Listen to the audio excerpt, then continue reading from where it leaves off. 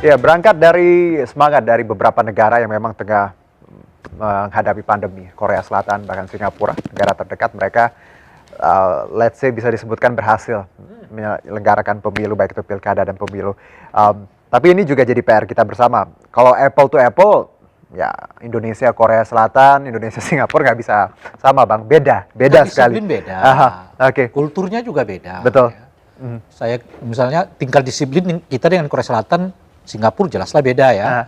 Kulturnya juga beda. Oke. Karena orang Singapura itu kan memang punya kecenderungan untuk individualistik kan. Kalau kita nggak bisa, senangnya memang berkerumun gitu loh. Nah itu yang berkali-kali juga saya ingatkan lah kepada kawan-kawan di KPU. Bahwa watak dari bangsa kita, kultur bangsa kita itu senang berkerumun, disuruh berjarak itu nggak enak hati dia gitu, mesti akan merapat gitu.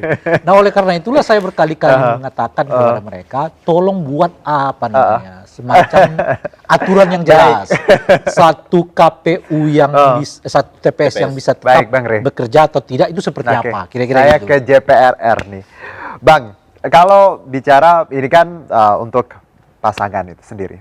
Pasangan calon nanti yang akan berkontestasi dan tentunya berkompetisi ini, bagaimana mereka bisa memanfaatkan semuanya agar mereka dikenal? Ya kalau petahana mungkin akan lebih gampang.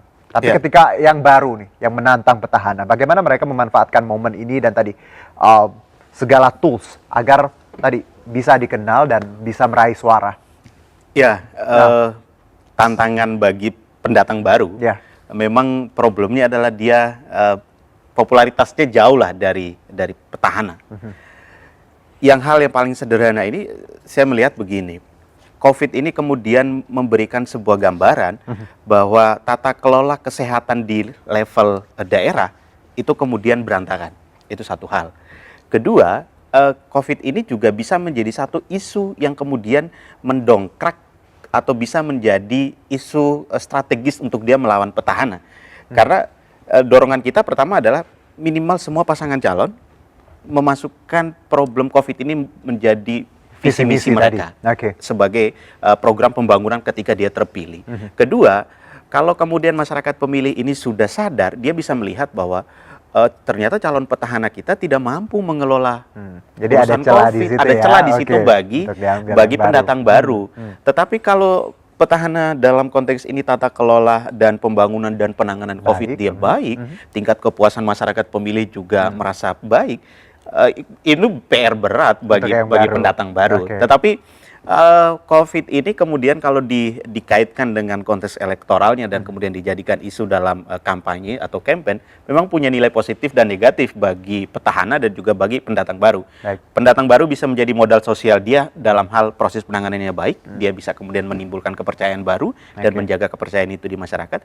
Apabila dia tidak mampu, maka ya tingkat kepercayaan masyarakat, kepala daerah kita lemah, kita harus ganti. Atau bisa saja pendatang baru dengan gagasan-gagasan dia yang baru dalam proses penanganan COVID, atau kemudian melakukan gerakan-gerakan kemanusiaan dan terobosan-terobosannya, dan dianggap baik oleh masyarakat pemilih, itu akan, nah ini yang kemudian disebut sebagai demokrasi elektoral kita yang sehat, adu gagasan, kira-kira begitu. Jadi sebenarnya dengan kata lain bahwa dua-dua ini, baik petahana maupun pendatang baru, punya strength sebenarnya. Punya strength masing-masing. Ketika kita bicara COVID ini, untuk mereka olah menjadi kekuatan masing-masing ya. Iya, sejauh mana mereka ini melihat peluang untuk mengolah. Tentunya dengan cara yang sehat ya Bang ya. Tentu dengan cara yang adu sehat. Gagasan, visi misi. Nah, Bang Rey, kita bicara optimisme ya.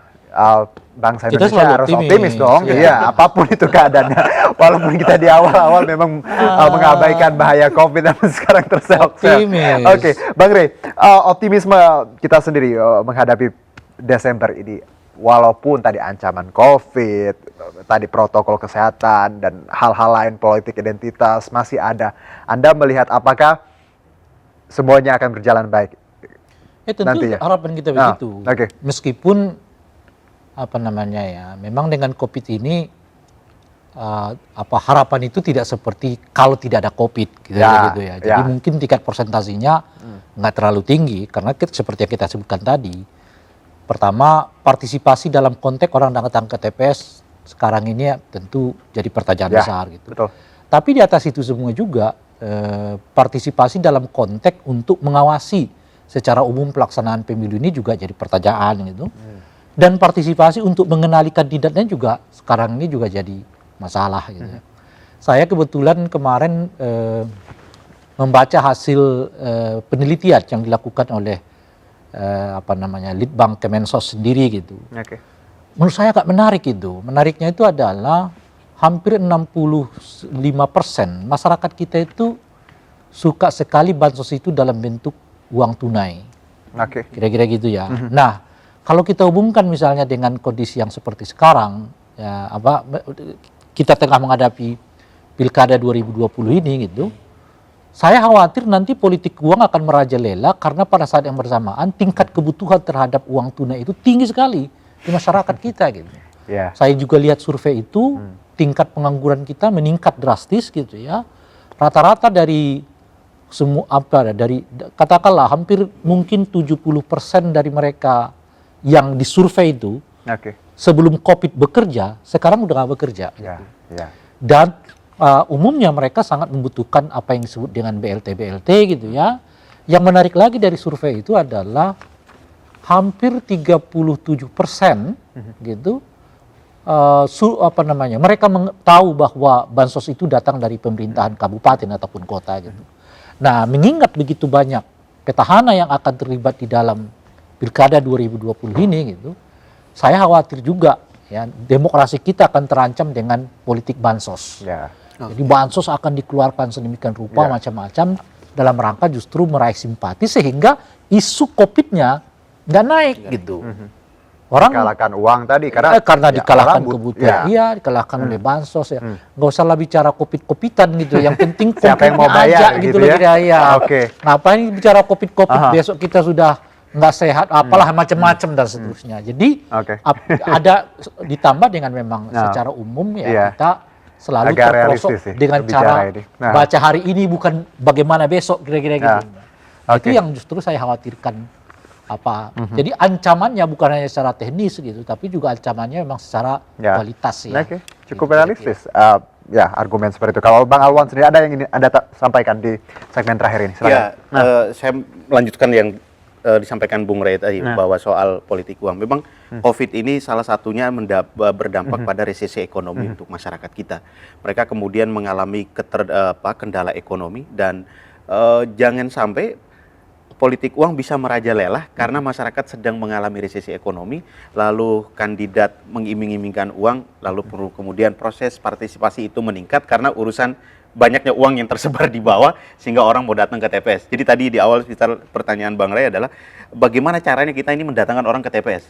Nah, jangan sampai orang datang ke TPS karena uang ini bertebaran di mana-mana. Jadi minimal kita bisa melakukan upaya pencegahan di awal atau memberikan konteks mitigasi yang efektif bagi masyarakat pemilih supaya soal politik uang, walaupun kita sedang mengalami resesi ekonomi di level bawah, tetapi itu bukan menjadi solusi untuk minta 100-200 lalu kemudian kita menggadaikan hak pilih kita. Bang, tapi bicara meyakinkan yang pasti nih, gimana caranya? Karena kita tahu kan 2020 juga ya 2021 belum tentu berakhir semuanya. Iya, kalau optimisme bahwa pilkada kita harus berjalan, dia harus tetap berjalan karena kita juga tidak ada yang tahu bahwa COVID ini akan selesai kapan. Mau ditunda sampai 5 tahun ke depan juga, kenapa kalau COVID-nya nggak selesai ya laksanakan aja sekarang kan, kira-kira begitu. Tinggal semua elemen penyelenggara, pemerintah dan kemudian civil society dan masyarakat pemilih tetap kemudian berpartisipasi dan menjaga tahapan kita sesuai dengan protokol kesehatan, menjaga kualitas demokrasi kita dan pilkada kita harus tetap menjadi pilkada yang selamatkan pilkada kita, sejahterakan pemilih kita. Baik, terima kasih Bang Alwan atas tagline-nya luar biasa. Mungkin bisa dipakai nanti ya. Dan juga kalau Bang Rey, terima kasih juga atas insight-nya luar biasa. Kita tahu di dunia ini tidak ada blueprint negara manapun yang pernah punya pengalaman untuk COVID. Dan harapan kita bersama bagaimana nanti pilkada ini menjadi gerakan bersama, baik itu untuk Pemda di 270 wilayah ini, dan juga komponen masyarakat tadi untuk menangani COVID. Dan juga dampak sosial, baik itu juga sosial dan ekonominya juga terhadap masyarakat. Demikianlah Indonesia Bicara hari ini. Saya Herjino Syaputra beserta kerabat kerja yang bertugas undur diri. Terima kasih. Sampai jumpa.